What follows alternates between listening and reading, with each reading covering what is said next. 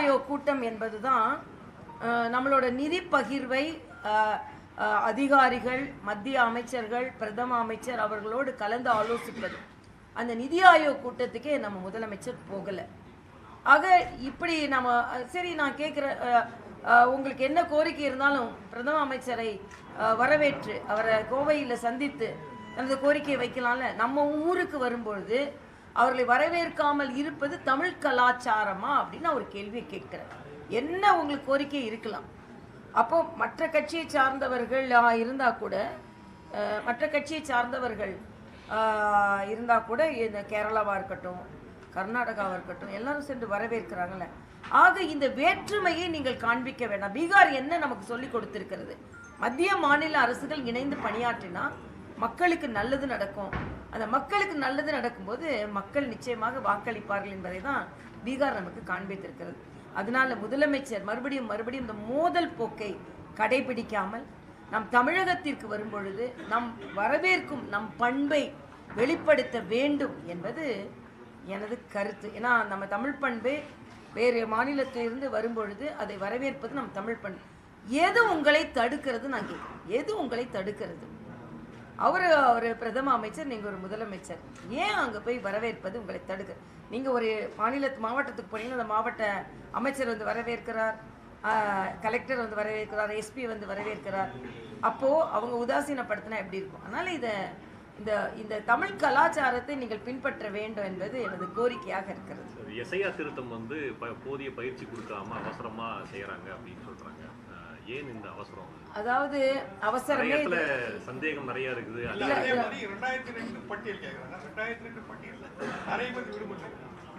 2002 பட்டியலில் பேர் இருந்தா அவங்களே அந்த லிஸ்ட் வச்சிருக்காங்க. அதை வாங்கி நான் ஃபில் பண்ணிட்டு தானப்ப வரேன். இல்ல நாங்களும் வந்திருக்கோம். என்னன்னா அந்த பிஎல்ஓ அதிகாரிகளுக்கு போதிய பயிற்சி கொடுக்கல, நீங்க அனௌன்ஸ் பண்ணிட்டு அதுக்கப்புறம் இல்ல பிஎல்ஓ அதிகாரிகளுக்கு போதிய பயிற்சி கொடுக்காதுன்னா அப்படிப்பட்ட அதிகாரிகளை கொடுக்காதது தமிழக அரசின் தவறு. நீங்க கேட்ட இந்த லிஸ்ட் இந்த நாங்க சொல்லாதீங்க, அது தேர்தல் ஆணையம். தேர்தல் ஆணையம் வந்து கேட்கிற இந்த லெவல் அதிகாரிகள் தான் வேணும்னு கேக்குறாங்க, அவங்க தான் கொடுத்துருக்காங்க. அப்ப வேற எந்த அதிகாரிகள்? இல்ல அவங்க அந்த அளவுக்கு கொடுத்துருக்காங்க. நேற்று ஏன் போராட்டம் நடத்துறாங்க? ஒரு ஒத்துழைப்பு கொடுக்காத அதிகாரிகளை ஏன் கொடுத்தாங்க தமிழக அரசு? நான் ஒரே ஒரு வித்தியாசத்தை சொல்றேன். இன்னைக்கு எல்லா இடத்துலையும் ஒரு ஒன்றை வரவேற்கிற மாநகராட்சி 16 சட்டமன்ற தொகுதிகள் சென்னைக்கு உட்பட்ட இன்றிலிருந்து 8 ஒரு 7 நாளைக்கு முகாம்கள் போட்டிருக்காங்க. இது வரவேற்கிற. ஆக இதுதான் தேவை. ஏன் செய்யறேன்னு கேட்க முடியாது. ஏன்னா இல்லாத வாக்குகள் நீக்கப்பட வேண்டும், புதிய வாக்குகள் சேர்க்கப்பட வேண்டும். இது வழிமுறை. ஆக இது 2002 நடந்தது, இப்ப நம்ம நடக்க இருக்கிறது. அதனால இது வேண்டாம்னு சொல்ல முடியாது. ஏன்னா தேர்தல் ஆணையம் அரசியலமைப்பு சட்டத்தின்படி என்ன இருக்கிறது என்றால், தேர்தல் ஆணையம் ஒரு முறை தனது வாக்காளர் பட்டியலை திருத்த வேண்டும் என்று நினைத்தால் அதற்கு முழு உரிமை இருக்கிறது என்பதைத்தான் நம்ம அரசியலமைப்பு சட்டம் சொல்கிறது. அதனாலதான் அவசரம் இல்லையே, தேர்தலுக்கு முன்னால தானே பண்ணணும். தேர்தலுக்கு முன்னால தானே பண்ணணும். நான் கேட்கிறேன், தப்பு இருந்தா படிச்சுமை அதெல்லாம் இல்லப்பா தம்பி. பீகார்ல சிறப்பா நடைபெற்றிருக்கிறதா இல்லையா அதை சொல்லுங்க. 64 லட்சம் வாக்காளர்கள் நீக்கப்பட்டார்கள் சொன்னீங்களே, தப்புன்னு சொன்னாரே ராகுல் காந்தி. ஒரு வாக்காளராவது வெளியே வந்து ஏன் வாக்கு இல்ல 64 லட்சத்துல நான் ஒருத்தர் சொன்னாங்களா? சொல்லல. அவங்களோட வேட்பாளர்களே இது முறையா நடைபெறல, அதனால எங்களுக்கு மறுவாக்குப்பதிவு வேணும்னு பீகார்ல சொல்லல. ஆக களத்துல இருந்த யாருமே அதற்கு எதிர்ப்பு தெரிவிக்கல. அப்பனா அங்க சரியா நடந்ததுன்னு தான். ஏன் ராகுல் காந்தி தோற்கடிக்கப்பட்டார்? ஓட்டு திருட்டாங்க சொல்றாங்க. ஏன் ஓட்டிங்க தானே இருக்கு, ஏன் ஓட்டிங்க தானே இருக்கு, ஏன் ஓட்டிங்க தானே இருக்குன்னு எல்லாரும் நினைக்கிறாங்க. டெல்லியில ஒருத்தர் ஓட்டு போட்டுருக்காங்க, பீகார்ல ஓட்டு போடுறாங்க. ஒரு வாக்காளர் ஒரு வருஷத்துல எத்தனை ஓட்டு போடலாம்? இல்ல ஒரு 5 வருஷத்துல எவ்வளவு ஓட்டு போடலாம்? ஐயா, என்ன பட்டியலில் இருக்க ஓட்ட போட போறீங்க, பட்டியலில் இல்லாத ஓட்டு? நான் கேட்கிறேன், ஏன் இவ்வளவு பதற்றம்? ஒரு நிமிஷம், அவசரம் ஒண்ணும் இல்ல. தேர்தலுக்கு 3 மாதங்கள் இருக்கிறது, 4 மாதங்கள் இருக்கிறது. கரெக்ட் பண்ணிட்டு தானே தேர்தலை சந்திக்கணும். நீங்க கள்ள ஓட்டு போடுவீங்க, அதுக்காக 2026 அவங்க அதை விட்டுட்டு கள்ள ஓட்டெல்லாம் போட வச்சுட்டு, இறந்தவங்க ஓட்டெல்லாம் போட வச்சுட்டு, நீங்க ரெட்டை ஓட்டெல்லாம் போடுவீங்க, கள்ள ஓட்டெல்லாம் போடுவீங்க. போட்டுட்டு 2026 தாண்டி தேர்தல் நடத்தணுமா? இல்லை. எந்த ஒரு நிகழ்வு நடத்தினாலும் அதுக்கு முன்னால சரி செய்துட்டு தானே நிகழ்வை நடத்தணும். இல்ல பூத்துல வந்து உங்க கட்சிக்காரங்க இருக்கிறாங்க, உங்க கூட்டணி கட்சிக்காரங்க இருக்கிறாங்க, எல்லாமே பார்த்துட்டு தானே பார்க்க தானே போறீங்க. திமுகவும் பார்க்க தானே போறாங்க. உத்தேச பட்டியல் வெளியிடப்பட போகிறது. அந்த வெளியிடப்பட போகிறத திமுக பார்க்க போறாங்களா, காங்கிரஸ் பார்க்க போறாங்களா, தாவேகா பார்க்க போறாங்களா? உள்ளே பூட்டி வைக்கிறாங்க. ஓகே, உங்களுக்கு வேண்டிய பட்டியல் இல்லை, பேர் இல்லைன்னு சொல்ல மாட்டீங்களா? இல்லையா? தேர்தல் ஆணையம் கேட்க ஓப்பனா நடக்க போகுது. அது ஓப்பன். இப்ப நாங்க பாருங்க, எஸ்ஐஆர் பத்தி ஒரு புத்தகம் எழுதியிருக்கேன். எல்லாத்துக்கும் இதுல பதில் இருக்கு. நானா கொடுத்துட்டு போறேன். அதனால டெக்னாலஜி 2026 4 மாசம் நடத்துனீங்க, இப்ப ஏன் 1 மாசத்துல நடத்தீங்கன்னா? இப்ப டெக்னாலஜி வளர்ந்துருச்சுப்பா. அன்னைக்கு அம்மியை பத்தி அரைச்சிட்டு இருந்தோம், இன்னைக்கு மிக்சியில் 1 நிமிஷத்துல அரைக்கல இல்லை சட்னி. அதை மாதிரிதான் தேர்தலுக்கு முன்னாலதான் நடத்தணும். தேர்தலுக்கு முன்னாலதான் பொய் வாக்காளர்கள் நீக்கப்பட வேண்டும். தேர்தலுக்கு முன்னாலதான் போலி வாக்காளர்கள் நீக்கப்பட வேண்டும். கட்டாயம் 15 நாளா இருந்தா கூட தேர்தலுக்கு முன்னால் தான் இது நடத்தணும். தேர்தலில் எல்லாம் நீங்க பண்ற எல்லா குற்றச்சாட்டும் செஞ்சுட்டு அதுக்கப்புறம் தேர்தலுக்கு பின்னால நடத்த முடியாது. நீங்க அஸ்ஸாம்ல ஏன் நடத்தல? அஸ்ஸாம்ல நடத்த போறாங்க. இந்த 1ஆம் தேதியில நடத்த போறாங்க. அதுக்கு முதலமைச்சர் வாழ்த்து சொல்லி இருக்கிறார்.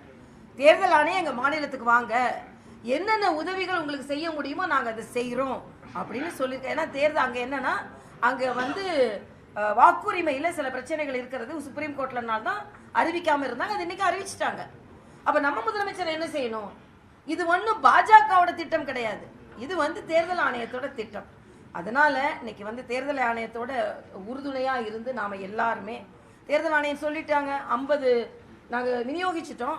ஒரு வாக்கு முகவர் BLA 2 50 பேரை கூட நீங்க ஃபில் பண்ணி கொண்டு வரலாம்னாங்க. நம்ம அதுக்கு வேலை செய்வோம்.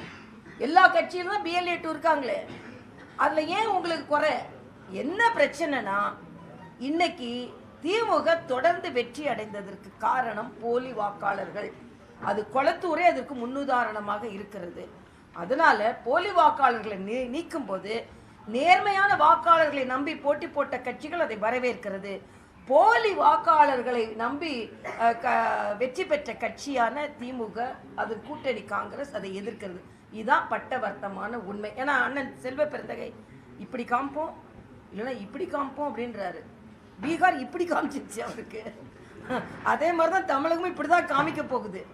அதனால நீங்க வந்து நேர்மையா நடக்குது. இப்ப நான் வரைவு வாக்காளர் பட்டியல் வெளியிட போறாங்களே இல்லையா? வெளியிட போறாங்க. என் பேர் இல்லைன்னா சொல்ல போறாங்க, என் பேர் இருந்ததுன்னா சரின்னு சொல்ல போறாங்க. இதுல என்ன? அதனால இறந்தவர்கள் எல்லாம் என்ன நிம்மதியா சொர்க்கத்துல இருப்பாங்க. ஏன்னா அவங்கள பிடிச்சிட்டு வந்து இழுத்து அவங்கள தேர்தலில் ஓட்டு போட வச்சுட்டு இருந்தாங்க திமுக காரர்கள் என்பது எனது கருத்து. எஸ்ஐஆரை செயல்படுத்தக்கூடாதுன்னு மம்தா பானர்ஜி வந்து மக்களை திரட்டி போராட்டம் நடத்த போறாங்க. ஆனால் தமிழக அரசு வந்து திமுக அரசு ஒப்புக்காக ஒரு போராட்டத்தை நடத்திட்டு எஸ்ஐஆரை தீவிரப்படுத்துறதுக்கான காரணம் என்னன்னு சீமான் இப்போ கேள்வி எழுப்பியிருக்காரு. இல்லை, சீமான்ட்டே நான் ஒன்று சொல்கிறேன். ஏதாவது இது எஸ்ஐஆர் வந்து ஏதோ பாஜக ஆதரவாக இருக்கிற மாதிரி இல்லை. மம்தா பானர்ஜி அதற்கு ஆர்ப்பாட்டம் செய்வது தவறு. ஏனென்றால் தேர்தல் ஆணையம் தனது வாக்கு பட்டியலை திருத்த வேண்டும் என்று அரசியல் ரீதியாக நினைத்தால் அதற்கு அவர்களுக்கு முழு அதிகாரம் இருக்கிறது என்று இதற்கு முன்னால் வழங்கப்பட்ட பல தீர்ப்புகள் இருக்கிறது. அதனால்தான் இவங்க உச்ச நீதிமன்றத்துக்கு போன பின்பும் எஸ்ஐஆர் நிறுத்துங்கன்னு சொல்லல உச்ச நீதிமன்றம். நீங்கள் அதற்கான பதிலை சொல்லுங்கள் தான் சொல்றாங்களே தவிர, பீகார் ஒரு மிகப்பெரிய உதாரணம். எல்லாம் பீகார்னால வெற்றி பெற்றோம், எஸ்ஐஆர்னால வெற்றி பெற்றோம்னா போலி வாக்காளர்கள் நீக்கப்பட்டார்கள். அப்படிதான் இதை ஒருத்தர் சொல்றாரு, திமுக வச்சாங்க. நாங்க எங்க கூட்டணியில இருந்தவங்க எல்லாம் தோத்து போயிட்டாங்க, ஏன்னா எஸ்ஐஆர் வந்த. ஆமா, நீங்க போலி வாக்காளர்களால் வெற்றி பெற்றீர்கள், அவ்வளவுதான். அதனால நீங்க பாருங்க, கோடிக்கணக்கால ஏறக்குறைய 1,34,00,000 ஓட்டு இந்திய கூட்டணி வச்சுட்டு வாங்கியிருக்காங்க. விளம்பர மாடல் வருது, வெளிநாட்டு விளம்பர மாடல் வர்றதுக்கு வந்து பெயர் நிறைய ஹரியானால இருக்குன்னு சொல்லிட்டு ராகுல் காந்தி குற்றம் சாட்டினார். அதெல்லாம் எப்படி? சரி, ராகுல் காந்தி சுப்ரீம் கோர்ட் போட்டு அதெல்லாம் சப்மிட் பண்ணட்டும். ஏன் அதுக்கு அவர் அஃபிடவிட் கொடுக்காம இருக்கிறாரு? எல்லாம் பொய். நான் கேட்டேன், இந்த அந்த பேர் அந்த வாக்குல உள்ளவங்களாம் பதில் சொன்னாங்க. மனுஷ்னு ஒருத்தர் சொன்னார், இல்லை ஏன் வாக்கு தான் அதில் தெரியாம படம் மாற்றி போட்டுருந்தாங்க, நான் போய் வாக்களிச்சுட்டு வந்தேன்னு சொன்னார். எதிர்கட்சிகள் அதுக்கு பதில் சொல்லலை, தேர்தல் ஆணையம் பதில் சொல்லலை, அவர் சொன்ன வாக்காளர்களே பதில் சொன்னாங்க. நான் மறுபடியும் ஒரே ஒரு கேள்வி தான் கேட்கிறேன். பீகார்ல 64 லட்சம் நீக்குனீங்கன்னு சொல்றீங்களா? 64 லட்சமும் இறங்கி உண்மையான வாக்காளர்களா இருந்தா வந்து போராடி இருக்க மாட்டாங்களா? எங்க என் வாக்குன்னு கேட்டிருக்க மாட்டாங்களா? கேட்டிருப்பாங்கல்ல. அதுதான் அங்க வெற்றி. சுமூகமா நடந்தது மட்டும் இல்ல, எதிர்கட்சிகள் கூட இங்க எங்களோட வேண்டிய வாக்கு இல்லைன்னு சொல்லல. இங்க ஒன்னே ஒண்ணு, இங்க உள்ள கட்சி தலைவர்கள் டிஎம்கே சொல்றாங்க எங்க வாக்கு நீக்கிடுவாங்க, தாவேகா சொல்றாங்க எங்க வாக்கு உங்க வாக்குன்னு எப்படிப்பா தெரியும்? எழுதி ஒட்டியிருக்கா? போட்டி போட்ட பிறகு தானே தெரியும். அதனால நீங்க வந்து எஸ்ஐஆரை யாரும் தவிர்க்க முடியாது, எல்லாரும் சேர்ந்து. ஏன்னா திமுகவுக்கு சார் அப்படின்ற வார்த்தை கேட்டோடனே ஒரு கிளி வந்துருது.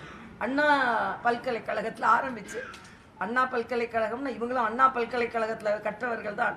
ஆனால் அண்ணா பல்கலைக்கழகத்திலே பிரச்சனை வரும்போது இந்த அண்ணா பல்கலைக்கழகத்தில் பிரச்சனை வருது. அதனால நான் வந்து முதலமைச்சருக்கு நான் வேண்டுகோள் விடுக்கிறேன். உங்கள் அரசு ஊழியர்கள் அது ஆர்ப்பாட்டம் பண்ணால் அது தடுக்கப்பட வேண்டும். அரசு ஊழியர்களுக்கு நான் ஒரு வேண்டுகோள், இது உங்களுக்காகவும் உங்கள் குடும்பத்திற்காகவும் ஜனநாயக ரீதியாக நடத்தப்படுகின்ற ஒரு சீர்திருத்தம், இதில் அனைவரும் பங்கெடுக்க வேண்டும் என்பது எனது கருத்து. பாஜக தான் என்னை அழைச்சது முன்னாடி வந்து கட்சி விட்டு நீக்கினதுக்கு அப்புறம் செங்கோட்டையன் சொல்றாரு. ஆனால் இன்னைக்குன்றாரு தற்பொழுது பாஜக வழிகாட்டுதல் ஆலோசனை வழங்கியது இல்லைன்றாரு. அப்போ வந்து என்ன கூப்பிட்டு பேசணும்னு சொன்னவர் இன்னைக்கு வந்து அந்த மாதிரி எதுவுமே வழங்கலைன்னு முன்னுக்கு பின்முறைனா பேசுறாரு. அண்ணன் செங்கோட்டையன் வேலூருக்கு வருவாரு, வந்து அந்த கேள்வி கேள்வி. எனக்கு என்ன தெரியும், அவரு சொல்றத வச்சு டைம் கேட்டிருக்கிற நேரத்துல இப்போ செங்கோட்டையன் இந்த மாதிரி ஒரு பதில் கொடுத்திருக்காரு. இல்ல அதுதான் அவர்கிட்ட கேளுங்கப்பா. அது இது அதை பத்தி எனக்கு என்ன தெரியும்? என்டிஏ கூட்டணியில தேமுதிக பாமக ரெண்டு தரப்பு பாமக எல்லாம் வரதுக்கு வாய்ப்புகள்லாம் இருக்கு. இல்ல எங்க கூட்டணியில இப்போ தேசிய ஜனநாயக கூட்டணி நிச்சயமா வெற்றி பெறும், அதுல எந்தவித மாற்று கருத்தும் இல்லை. இதற்கு பீகார் ஒரு முன்னுதாரணமா இருக்குது. வாரிசு அரசியலுக்கு பீகார் ஒரு அடி கொடுத்திருக்குது. அதனால தம்பி உதயநிதி கொஞ்சம் எச்சரிக்கையா இருக்கட்டும். புதியவர்களுக்கு பீகார் ஒரு அடி கொடுத்திருக்கிறது. அதனால பிரசாந்த் கிஷோர் மாதிரியே தம்பி விஜய் கொஞ்சம் எச்சரிக்கையா இருக்கட்டும். தேசிய ஜனநாயக கூட்டணி டபுள் இன்ஜின் கவர்மெண்ட் இருந்தால் நமக்கு நல்லது நடக்கும்னு மக்கள் வாக்களிக்கிறார்கள். அப்போ இங்கேயும் அதிமுக பாஜக வெற்றி பெற்றால் டபுள் இன்ஜின் கவர்மெண்ட் வரும். அதனால நிச்சயமாக ஒரு வெற்றி கிடைக்கும், மக்களுக்கு நல்லது நடக்கும். நான் மறுபடியும் சொல்றேன், ஒரு முறை பாஜகவிற்கும் அதிமுக உள்ள கூட்டணிக்கும் வாக்களித்து பாருங்கள், நிச்சயமாக நல்லது நடக்கும், டபுள் இன்ஜின் கவர்மெண்ட் நடக்கும் என்பது நான் கருத்து. நீங்க மயிலாப்பூர்ல போட்டிடுவீங்களா? எனக்கு நீங்க பரவாயில்ல, கட்சி தலைமையோட நீங்களே எனக்கு எங்க கட்சி எங்க போட்டி போடுறேன்னான்றது கட்சி தலைமை முடிவு பண்ணும். போட்டி போடுறதுன்னு சொன்னா எங்க போட்டி போடுறதுன்னு கட்சி தலைமை முடிவு பண்ணா. நான் அண்ணன் வைகோக்கு ஒரு கோரிக்கை வைக்கிறேன். போதையை தடுப்பதற்காக அவர் வந்து நடைபயணம் போறாராம். போதையை தடுக்கணும்னா ஒரு அறிவாலயத்துக்கு தான் நடைபயணம் போகணும். நான் அங்கிருந்து தானே போதைக்கான சட்டமே வருது. அதனால தப்பா இண்டி கூட்டணியை சார்ந்தவர்கள் செய்து கொண்டு இருக்கிறார்கள். அதே மாதிரி மேகதாது இன்னைக்கு என்னோட சகோதரர், என்னோட அண்ணேன்னு அழைப்பாரு. அப்படியே ராகுல் காந்தியை மாதிரி எனக்கு பாசம் உள்ளவர் யாருமே இல்லை. ஆனால் அவங்க ஆட்சியில் மேகதாதுவுக்கு அணை கட்டுவதற்கு முயற்சி செய்து கொண்டிருக்கிறார்கள். அதுக்கு ஒரு கோரிக்கை வைக்க மாட்டேன்றார் முதலமைச்சர். ஆக முதலமைச்சர் கோரிக்கை எல்லாமே பாராபட்சமாக இருக்கிறது, மக்கள் சார்ந்ததாக இல்லை என்பது எனது கருத்து. முதல்வர் வந்து நீங்க கடிதம் எழுதினாரு, மோதல் போக்கு இருக்கக்கூடாதுன்னு சொல்றீங்க. முதல்வரே நேரடியாக மேடையில் சொன்ன கோரிக்கைகள் கூட எதுவுமே மத்திய அரசு கண்டுக்கல அப்படின்னு சொல்றாரு. அவர் சொல்லிட்டு தான்ப்பா இருப்பாரு. நான் கேட்குறேன், விஸ்வகர்மா திட்டத்தில் 8.5 லட்சம் நமது கைவினைஞர்கள் எங்களுக்கு உதவி வேணும்னாங்க, அதை கொடுக்க மறுக்கிறாரு. இன்னைக்கு முத்ரா திட்டத்தில் தமிழகம் தான் அதிக பலன் பெற்றிருக்கிறது. செல்வமகள் சேமிப்பு திட்டத்தில் தமிழகம் தான் அதிக பலன் பெற்றிருக்கிறது. வீடுதோறும் குடிதண்ணீரில் தமிழகம் முழுமையாக பலன் பெற்றிருக்கிறது. மத்திய அரசினால் 11 மருத்துவக் கல்லூரிகள் தமிழகத்திற்கு கொடுக்கப்பட்டிருக்கிறது. தமிழகத்திற்கு எண்ணூர் போர்ட்டும் சரி, நம்மளோட வஉசி போர்ட்டும் சரி மேம்படுத்தப்பட்டிருக்கிறது. சென்னை விமான நிலையம் விரிவுபடுத்தப்பட்டிருக்கிறது, திருச்சி விமான நிலையம் விரிவுபடுத்தப்பட்டிருக்கிறது, தூத்துக்குடி விமான நிலையம் விரிவுபடுத்தப்பட்டிருக்கிறது, கோவை விமான நிலையம் விரிவுபடுத்தப்பட்டு கொண்டிருக்கிறது. இதெல்லாம் யூபிஏ கவர்மெண்ட் செஞ்சாங்களா? செய்யலை. நான் பட்டியல் இட்டுக்கிட்டே போவேன், ஆனால் அவங்களால பட்டியலிட முடியாது. அதனால 2026 வரைக்கும் பொறுங்கப்பா, நிச்சயமா ஆட்சி மாற்றம் வரும், மழை வரும், மழை வருகிறது, குடங்கள் நிறையும். டபுள் இன்ஜின் நாங்கள் டபுள் டிஜிட் வாங்குவோம். வேலூர் விமான நிலைய பணிகள் முடிவுற்று பல மாசங்கள் வேலூர்ல வந்துடும். உதான்ல வேலூர் பிரதானமான இதுல இருக்கு. அதுல வந்து திறக்கப்படும் நிச்சயமா. ஹோசூர் எல்லாம் இந்த பட்டியலில் இருக்கு, நிச்சயமா திறக்கப்படும். வேலூர்ல வரணும்னு நம்ம நினைச்சதே என்டிஏ கவர்மெண்ட் தானே. மேடம், என்டிஏ கூட்டணி பலவீனமான கூட்டணின்னு நாம் தமிழர் கட்சி சீமான் சொல்லி. இப்ப சீமான் என்னப்பா பலமாவாப்பா இருக்காரு? அவர் தனியா நின்று சத்தம் போட்டுக்கிட்டு தேசிய ஜனநாயக கூட்டணி பலவீனமா இருக்குன்னு எதை வச்சு கண்டுபிடிக்கிறாருன்னு நான் கேட்கிறேன். தேசிய ஜனநாயக கூட்டணி தானே பீகார்ல வெற்றி பெற்றது, பாஜக இருக்கு. அங்க நிதிஷ்குமாருக்கு பதிலாக அதிமுக வரப்போகுது, சிராக் பாஸ்வானுக்கு பதிலாக இன்னொருத்தர் வரப்போறாரு, இன்னொரு கட்சி வரப்போகுது. அப்ப தேசிய ஜனநாயக கூட்டணி தனது வெற்றியை நிரூபித்த பின்பும் இப்ப சீமான் வந்து என்ன செய்யறதுன்னு தெரியல. இப்ப ஆணை கரிகாலன்ட்டு போயிட்டாரு அவரு, கருணாநிதியை தாண்டி கரிகாலன்ட்டு போயிட்டாரு. அதனால என்ன பேசணுமோ பேசிட்டு இருப்பாருப்பா. அவர் என்னமோ அவர் தனியா நின்று பேசுறதெல்லாம் பேசுறாருன்னு நினைக்கிறாரு. நிச்சயமா அவர் ஒரு முடிவுக்கு வருவார். 2026 எஸ்ஐஆர்னால மட்டும் இல்லை, எஸ்ஐஆரும் எதிர்க்கிறாரு, அப்ப திமுகவும் எதிர்க்கிறாரு. அப்ப என்ன செய்யறாரு? சீமான் வந்து கொஞ்சம் வசனம் பேசி கொண்டிருக்க இருக்கட்டும், நமக்கு அதை பத்தி கவலை. ஏன்னா எந்த தாக்கத்தையும் ஏற்படுத்த போதில்ல, மற்றவர்களே தாக்கட்டுமே. அவர் தாக்குதல் எந்த தாக்கத்தை ஏற்படுத்த போதில்லை, பேசிக்கிட்டே இருப்பாரு, அவ்வளவுதான். நல்ல பேச்சாளர், அதுல சந்தேகமே இல்லை. டிடிவி தினகரன் சொல்றாரு, வர 2026 எலெக்ஷன்ல வந்து திமுகவுக்கும் தாவேகாவுக்கும் தான் போட்டின்னு. அதிமுகவோட 5 அணியில் அவரு ஒரு அணியில் இருக்காரு. அவரே வந்து இந்த மாதிரி ஒரு ஸ்டேட்மெண்ட் அப்படி சொல்றது அவர் சார்ந்திருந்த கட்சிக்கோ மேடம் ஜெயலலிதாக்கோ அது நன்மை பயக்குமா அப்படின்றத அவர் சிந்திக்கணும்னு நான் தாழ்மையா வேண்டி கேட்டுக்கொள்கிறேன். நீங்க வந்து கருணாநிதி கட்சிக்கு ஸ்டாலினுக்கு நீங்க ஆதரவு தெரிவிக்கிற காலத்துல நேர் எதிராக அவர்களுக்கு அரசியல் செய்த அம்மாவை நீங்க என்ன மனநிலையில் வைத்திருக்கிறீர்கள் என்று நான் தாழ்மையாக கேட்டுக்கிறேன். அதனால தான் அண்ணன் தினகரன் அவர்கள் இன்று தனிப்பட்ட முறையில், அது அவங்க கட்சி சார்ந்த விஷயம், ஆனால் எங்கள் கூட கூட்டணியில் இருந்ததுனால நான் சொல்கிறேன், எல்லோருமே உதிரியாக இல்லாமல் உறுதியாக இருப்போம், திமுகவை தோற்கடிப்போம். அதுதான் நம்ம எல்லாரோட கணக்காக. இல்லை, நான் வந்து அது உட்கட்சி, அதில் நான் எதுவுமே சொல்லலை. எல்லாரும் உதிரியாக இருக்க வேணான்றது நம்மளோட கருத்தாக இருக்குது, அவ்வளோதான். 100 சோறும் பீரும் கொடுக்குற கூட்டத்துக்கு வந்ததில்லை, விஜயகாந்துக்கு வந்த கூட்டம். 2026 தேர்தலில் நாங்கள் ஒரு நல்ல கட்சியோட தான் கூட்டணி வந்து தேமுதிக. இல்லை, முதல்ல சகோதரி பிரேமலதா அவர்கள் பீகார் தேர்தலை பாராட்டி இருக்கிறார்கள், மரியாதைக்குரிய பாரத பிரதமருக்கு வாழ்த்து சொல்லி இருக்கிறார்கள். அதனால அவங்க சகோதரி பிரேமலதா எப்பவுமே நல்ல முடிவு எடுப்பார்கள், எனக்கு நல்லா தெரியும். அதனால இன்றைய காலகட்டத்தில் அது பாமகவாக இருக்கலாம், தேமுதிகவாக இருக்கலாம், அமமுகவா இருக்கலாம், ஓபிஎஸ் அண்ணனா இருக்கலாம், தம்பி விஜயா இருக்கலாம், சகோதரர் சீமானா இருக்கலாம், எல்லாரோட கருத்து என்ன? திமுகவை தோற்கடிக்கணும். அப்ப திமுகவை தோற்கடிப்பதற்கு என்ன வியூகம் அமைக்கப்படுமோ அந்த வியூகத்திற்குள்ள எல்லாரும் இருந்தா நல்லதுன்றது எனது தாழ்மையான கருத்து. ஏன்னா தனித்தனியா நம்ம திமுகவை தோற்கடிக்கணும்னு நினைச்சா முடியாது. ஆக அந்த வியூகத்துக்குள்ள நாம எல்லாரும் இணைந்து ஏதோ ஒரு வகையில இணைந்து திமுகவை தோற்கடிக்கணும் அப்படின்ற ஒற்றை குறிக்கோள் நமக்கெல்லாம் இருக்கணும்.